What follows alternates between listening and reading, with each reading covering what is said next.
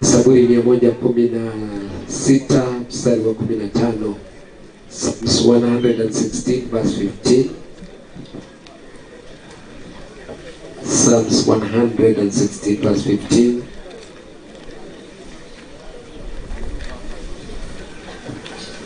Amen. Kitabu ni cha Zaburi ya 115 mstari wa 16. Biblia inasema,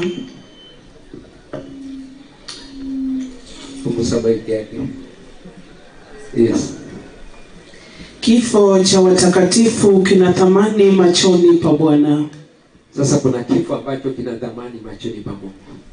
Mtu akiwa mtakatifu akifa, ni cha thamani sana.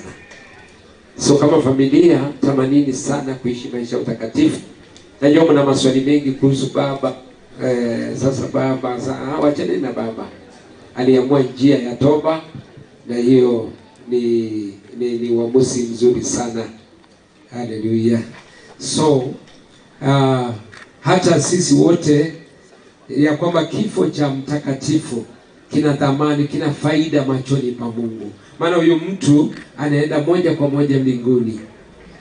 The father of the fatherless, baba wa wasio na baba, and the husband to the widows, na mume wa wajane. This family have lost their father. Familia hii imempoteza baba yao, Mzee Isomi. Mzee Isomi. And I ask you, Lord, na ninakuomba Bwana, to look at them with compassion, ya kwamba Bwana kawatazame kwa macho ya huruma, na uwapende, and unite them, na waunganishe, and put the gift of love in their hearts, na uweke ile karama ya upendo ndani ya mioyo yao, and the spirit of unity, na roho ya umoja, and that you may bless this family, ya kwamba Bwana kabariki hii familia with the goodness of the Lord, na ile wema wa Bwana. bless this family, bariki hii jamii with your favor, na kibali chako, and release the authority of the blood of Jesus, na kaachilia ile mamlaka ya damu ya to wash Yesu, their hearts, ikaoshe mioyo to yao, wash their minds, ikaoshe mawazo yao, and remove every differences, na uondoe tofauti and yoyote, bless them with unity. na uwabariki na umoja. That Lord, ya kwamba Bwana, you may bless them with your joy, uwabariki na furaha yako, that the joy of the Lord becomes the strength of this family. ya kwamba furaha ya Bwana iwe ndio nguvu ya hii familia. Lord, I ask you, Bwana, ninakuomba to grant them your peace, ya kwamba kawajalie amani yako, the peace of God, amani ya Mungu, that surpasses human understanding, amani inayoshinda ufahamu wa to settle in wanadamu, their hearts, ikatue katika mioyo to yao, settle in this home. ikatue katika boma hili. Today, Lord, Siku ya leo I Bwana, stand in this land ninasimama katika mji to huu declare that there is no other God in this home, na kutangaza ya kwamba hakuna Mungu mwingine katika boma hili worthy to be worshipped, anayestahili kuabudiwa, worthy to be followed, anastahili kufuatwa, except Jehovah Yahweh, isipokuwa Yehova Yahweh, except Jesus Christ, isipokuwa Yesu except the Kristo, mighty Holy Spirit. isipokuwa Roho Mtakatifu mkuu. And I ask you, Lord, Na kuomba Bwana, to close every door ya kwamba kafunge kila mlango for idol worship inayokuja kutokana na ibada For ya witchcraft, sanamu, kwa ajili ya uchawi and every demonic powers. na kila nguvu za kimapepo. And I speak the blood of Jesus Na ninanena na kutamka damu ya Yesu over all of them, juu yao wote, and their children, na watoto and their wao, grandchildren, na wajukuu that the wao, blood of Jesus will cover ya them. kwamba damu ya Yesu itawafunika. Whatever was spoken negative against this home, Chochote kilichonenwa kinyume dhidi ya boma I hili, declare it nullified right away. na tangaza imefutiliwa mbali sasa hivi moja kwa And I moja. decree the blessings of God upon this Na family. ninatangaza baraka za Mungu juu ya hii familia. No weapon forged against this home will prevail. Hakuna silaha yote iliyoinuliwa kinyume na hii familia itafaulu. And no witchcraft Hakuna will uchawi succeed against this home. itafaulu juu ya hii boma. And I ask you, Lord, Na kuomba Bwana, that as you bless them, ya kwamba hata put unapowabariki your joy in their hearts, kaweke furaha yako ndani ya mioyo yao, that they may now have hope in ya Jesus, kwamba sasa wawe na tumaini ndani ya And trust Kristo, the Lord, na wamtumaini Bwana, and not lean on their own na understanding. wasizitegemee akili zao wenyewe. I want to ask you, Lord, Nataka nikuombe Bwana, that Lord,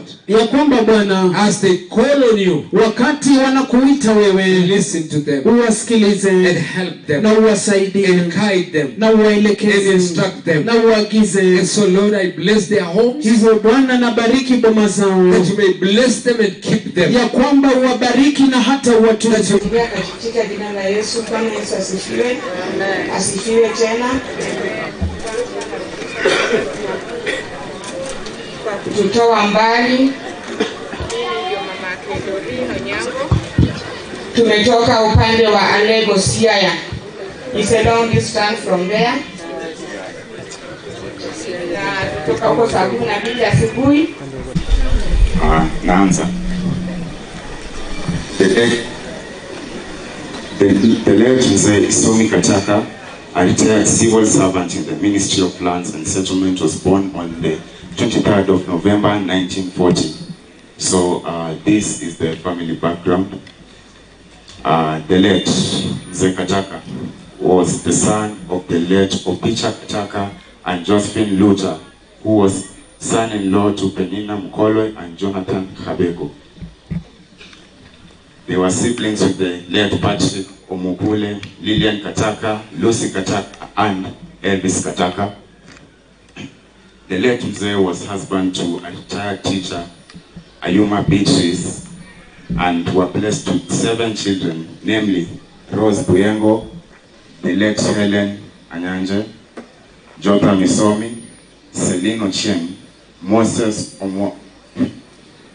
Omobani, Joshua Obicha, and David Alianda. He was the brother-in-law to Rispa. The late Mzee Isomi had nephews and nieces, Ibrahim Omukule, the late Rosa Omukule, Moa Omukule, and Ruth Omukule. He was father-in-law to Amos Okoyo, Rachel Mwende, Patrick Macharia, and Doreen Onyango. His grandchildren are Austin Kataka, Moen Okoyo, Mimi, Darlene Yuma, Johnny Love Isomi, Emmanuel Isomi, Emmanuel Asante, Chantel Gwed, Tatiana Ayuma, and Ivana Awinu. So we are going to health and illness. The late Isomi Kachaka was a strong man and of good health until 1st February 2025, when he woke up in the morning feeling somehow weak. And on the 15th of February, the feeling of weakness advanced, and day by day it got worse. On 19th of February, he was examined by a doctor who stated that the late Mr. Isomi had bed sores, and that was what was causing his body to be weak. On the same 19th Feb, the late Mr. Isomi was rushed to Wamalwa Kijana Referral Hospital in Kitale. The doctors examined him and established that he had bed sores. They began treating him, and on the 3rd day, it seemed like he was getting better because the bed sores were drying up and he started gaining some strength. After about a week, things were different again, and he started getting weaker day by day. Some tests were done and his blood pressure had dropped. Blood transfusion was done on him the first time. After 2 weeks, the second one was done. And on 11th of April, the doctors advised that the late would need the 3rd blood transfusion. But unfortunately, as they were preparing for the transfusion, the late Mr. Isomi passed on Thursday, 17th April at 5 a.m. His body was taken to Wamalwa Kijana morgue. Isomi Kachaka died at the age of 85, being her husband to 1 wife, father of 7 children, to include Helen, the late Helen, and a grandfather of 9. Thank you. It's great sadness that we experience grief from the passing of our Kuka.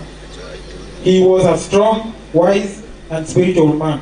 We definitely learned a lot from him. He taught us how to live and relate well with those around us, different life skills, and most importantly, to love God and follow his ways.